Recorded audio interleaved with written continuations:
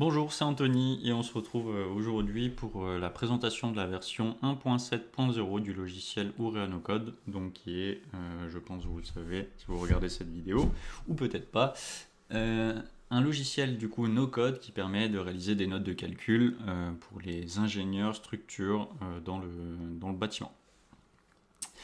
Donc, comme je le disais à l'instant, une nouvelle version avec cette version 1.7.0. Je vais récapituler rapidement les nouveautés, et notamment celles aussi des précédentes versions, donc la 1.6.4 et la 1.6.3. Donc, qu'est-ce qu'on a de nouveau? Tout d'abord, on a cette nouvelle barre en haut qui permet de générer plusieurs cartes sur le modèle. Et donc ça va être intéressant puisque vous allez pouvoir ouvrir soit plusieurs modèles, soit plusieurs cartes que vous avez réalisées et réaliser simultanément du coup les notes de calcul. Donc si par exemple j'ouvre le modèle assemblage par exemple, je vais pouvoir du coup dans l'autre carte ouvrir un autre modèle totalement différent. Donc, par exemple le modèle poutre. Voilà. Et vous allez du coup pouvoir ouvrir aussi les rapports associés dans deux fenêtres différentes, donc en simultané. Donc bien sûr vous pouvez fermer ces cartes, les enregistrer individuellement, ou alors vous pouvez fermer l'ensemble et enregistrer soit une ou toutes les cartes.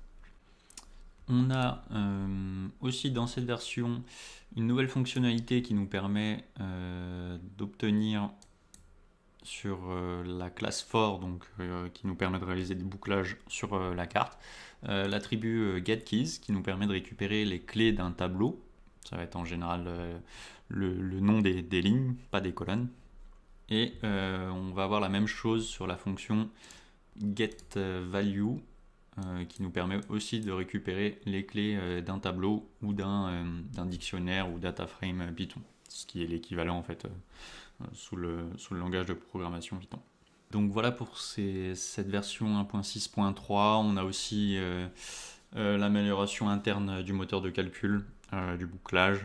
On a aussi, on le verra tout à l'heure, l'ajout d'importer le logo d'une entreprise dans l'éditeur de notes de calcul, ainsi que le nom de la société qui réalise ce calcul. Donc voilà pour ces petites mises à jour. Et on va passer donc maintenant sur la version 1.7.0 qui intègre un élément très important qui est un configurateur de paramètres globaux pour une carte donnée, un peu sous forme d'un gestionnaire de champs ou de données à saisir comme sur Excel, avec des cases verrouillées, je veux dire, des cellules verrouillées. Donc si vous n'avez pas de carte, aucun champ obligatoire n'est évidemment trouvé dans le modèle. Donc on ouvre bien une carte ou un modèle. Et ensuite on peut cliquer sur ce petit bouton en haut à droite, paramètres de la carte, ou alors avec le raccourci CTRL plus P. Donc je vais vous ouvrir une carte qui me permettra aussi de vous présenter les nouveautés dans le catalogue, cette fois-ci Ourocode, donc qui est le catalogue que vous voyez ici à gauche. Donc je vais ouvrir un modèle qui est disponible aussi pour vous, hein. Donc pour ouvrir un modèle CTRL-M, ou alors sinon vous passez par le fichier ouvrir un modèle. Donc il se trouve dans ec5 modèle.oncm, oncm pour Ourea No Code Model. Et donc c'est la barre bois, barre MEF bois. Voilà. Non. Donc ce dernier est un peu lourd, donc il va mettre un peu de temps. Est-ce que je vais ouvrir le rapport associé? Oui. Donc je vais enregistrer, je vais dupliquer le rapport qui a été enregistré comme modèle. Et donc ce dernier, c'est ouvert ici. Donc c'est un rapport que j'ai prédéfini et qui me permet du coup de calculer une barre bois aux éléments finis avec des hypothèses déjà pré-remplies, c'est-à-dire qu'on va avoir forcément ici des rotules et l'espacement entre appuis va être parfaitement identique. Ça nous permet du coup d'aller un peu plus vite sur la génération d'une barre. On va pouvoir régler avec ce modèle des éléments du type chevron, donc on va pouvoir donner une inclinaison à notre modèle. On va pouvoir aussi faire une rotation autour de l'axe X de la barre, donc par exemple pour des pannes à dévers ou autre. Et on va pouvoir gérer, comme je le disais, le nombre d'appuis, donc qui seront parfaitement équidistants entre ces derniers. Donc j'y reviendrai tout à l'heure. Ce modèle génère aussi un modèle 3D donc, de votre barre avec le chargement pour la combinaison définie ou sélectionnée. Donc voilà. Et donc on voit qu'il nous ouvre automatiquement à la fin cet outil, le saisie des paramètres de la carte, qui est donc exactement l'outil que je vous présentais en haut à droite. Et donc vous voyez que la carte derrière elle est plutôt grosse, donc c'est un modèle, il est relativement complexe, c'est pour ça que j'ai ajouté cet outil afin de rentrer plus facilement les données du modèle dans un endroit centralisé. Et donc on va pouvoir en fait gérer ce qui est affiché pour l'utilisateur. C'est très utile notamment pour le partage dans un bureau d'études qu'une personne qui réalise par exemple le modèle et ensuite l'utilisation globale par les autres ingénieurs ou dessinateurs. Et donc on va pouvoir masquer les attributs qu'on ne veut pas modifier ou alors qui ne sont pas pertinents pour la définition du modèle. On retrouve, donc, comme je le disais, tous les arguments de notre map. Quand on a une carte qui est plutôt conséquente, on peut ne pas savoir où on est, donc on peut cliquer sur le titre et ce dernier du coup va cibler l'élément dans la carte et nous centrer dessus. Voilà. Actuellement, comme vous l'avez vu, on a une barre qui est à l'horizontale, on va dire peut-être, je sais pas, une panne, un chevron. On va peut-être l'incliner pour en faire un chevron avec une certaine pente. Donc on a ici une option dans le modèle qui est l'inclinaison. Donc je vais pouvoir donner par exemple 30 degrés, puis on va modifier la longueur et mettre un chevron de 9 mètres. On va modifier le nombre d'appuis, on met 4. La classe, on va la laisser comme telle et on va faire valider. Une fois qu'on a fait valider, le modèle s'exécute. On obtient bien notre modèle 3D actualisé et notre note de calcul, du coup, elle aussi, en faisant actualiser en haut ou A sur votre clavier, va venir s'actualiser automatiquement avec l'inclinaison, la nouvelle longueur et la vérification de votre barre. Ceci va me permettre de vous montrer une nouvelle fonction sur les boucles for. On va retrouver du coup notre boucle for classique, donc c'est-à-dire les éléments forts dans notre modèle apparaissent ici où on peut sélectionner du coup la valeur de bouclage pour avoir une valeur spécifique. Donc si je mets 1,35Q, j'obtiens bien du coup mes graphes pour la combinaison sélectionnée, donc le LUSTR 1,35G plus 1,5Q. La même chose pour les autres boucles for dans notre cas dans ce modèle qui sont pour les valeurs de flèche.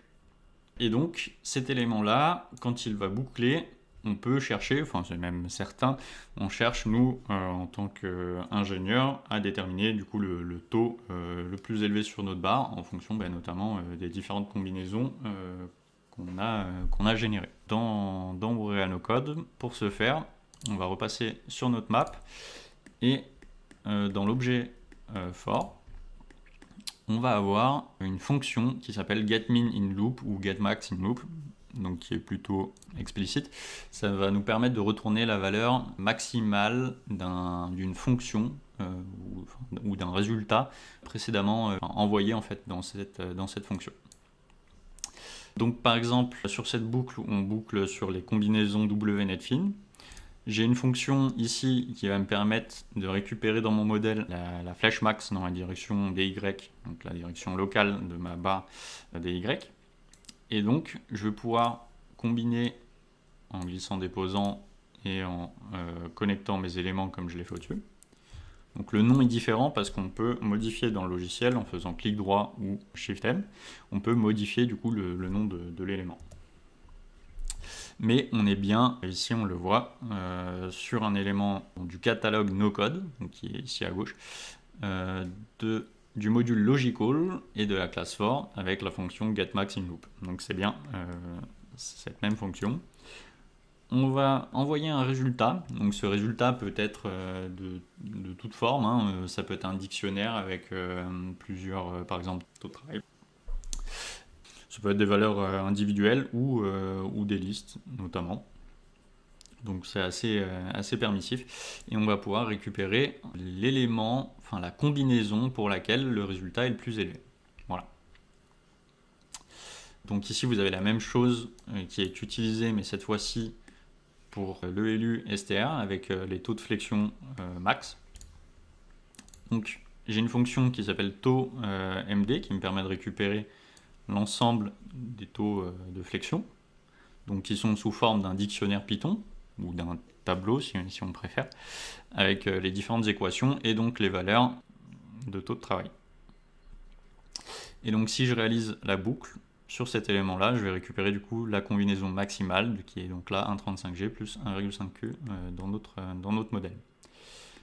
Il vient du coup récupérer l'élément de la boucle for associée, donc qui est dans notre cas du coup for ELU. Cela me permet aussi de passer sur une autre nouveauté ou une différence entre versions, qui est le déplacement du module logical qui était présent avant dans le catalogue Eurocode dans un catalogue spécifique, NoCode. Pourquoi parce que le catalogue Eurocode est présent, mais on peut à terme imaginer la création de nouveaux catalogues, et donc cette fonction for et end du module logical est intrinsèque au logiciel et pas forcément au catalogue. Voilà. Enfin, comme je vous disais, une petite amélioration, c'est qu'on peut générer les paramètres d'impression en réglant du coup notamment les marges, le format et l'orientation de votre note de calcul. On va pouvoir ici modifier l'entête, ajouter une société. Et on va pouvoir aussi, dans le champ juste à droite de modifier l'entête, ajouter un logo d'entreprise qui viendra se positionner en haut à droite de votre note de calcul. Enfin, d'autres ajouts aussi sur le catalogue Eurocode. Ça va être notamment l'ajout du module sismique, mais aussi des modules neige et vent, qui vous permettront de déterminer les actions sur votre projet, avec pour le vent, pour le moment, les toitures un pan, les toitures deux pans, les murs verticaux, toitures isolées 1 et 2 pans, et les toitures terrasses acro-terre. Voilà. Et pour la neige, on va être sur les versants 1, 2 pans et toitures multiples, avec aussi bien les toitures accolées avec le risque de glissement ou d'accumulation de neige au droit de ces obstacles. Et donc toujours des modèles, notamment pour le modèle 6, enfin EC8, le module EC8 sismique. Donc on traite en fait uniquement dans ce modèle la méthode des forces latérales, donc on n'est pas sur une analyse modale. Pour ça, je vous conseillerais de vous tourner quand même vers vos logiciels 3D. Mais donc qui peut être bien pratique pour des structures qui sont plutôt régulières en termes de rigidité et de géométrie. Donc vous avez un modèle EC8 avec une carte sismique, donc qui sera paramétrée bien sûr suivant vos besoins, puisque ça varie en fonction du nombre d'étages, des types de chargement sur chacun de vos planchers, de vos éléments de toiture, etc. Mais vous avez un modèle de base pour réaliser votre note de calcul sismique avec la méthode des forces latérales. Donc on va ouvrir le rapport associé juste pour vous montrer à quoi cela ressemble. Donc il charge, et donc voilà. Donc on va voir notre méthode des forces latérales avec le spectre élastique de calcul et les efforts à considérer avec l'intégration de l'excentrement sur ces mêmes forces. Donc voilà, et puis je peux vous montrer rapidement aussi l'utilisation de la neige et du vent pour déterminer les actions sur votre projet.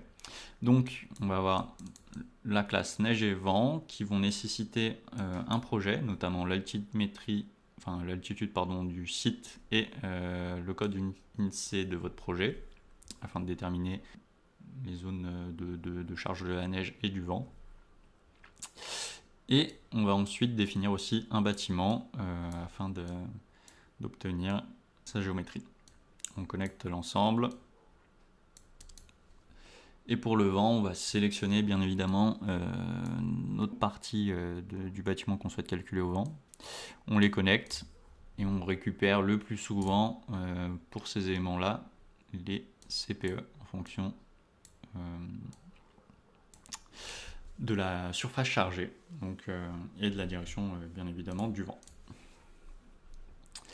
Globalement, ensuite, toutes les autres informations se trouvent dans les paramètres que vous retrouvez quand vous faites le rapport sur la gauche, avec pour le vent par exemple la pression dynamique de pointe à l'altimétrie Z, et pour la neige, toutes les données qui vont être la neige normale au sol ou la neige accidentelle au sol. Voilà. Eh bien écoutez, pour moi, c'était tout sur ces nouvelles mises à jour. J'espère que cela vous a plu. N'hésitez pas à me faire parvenir en commentaire ou par mail à contact@ourea-structure.fr vos remarques, vos interrogations, ou même si cela vous a plu. Et je vous dis à bientôt. Je vous souhaite une très bonne journée pour nous retrouver bientôt pour de nouvelles mises à jour.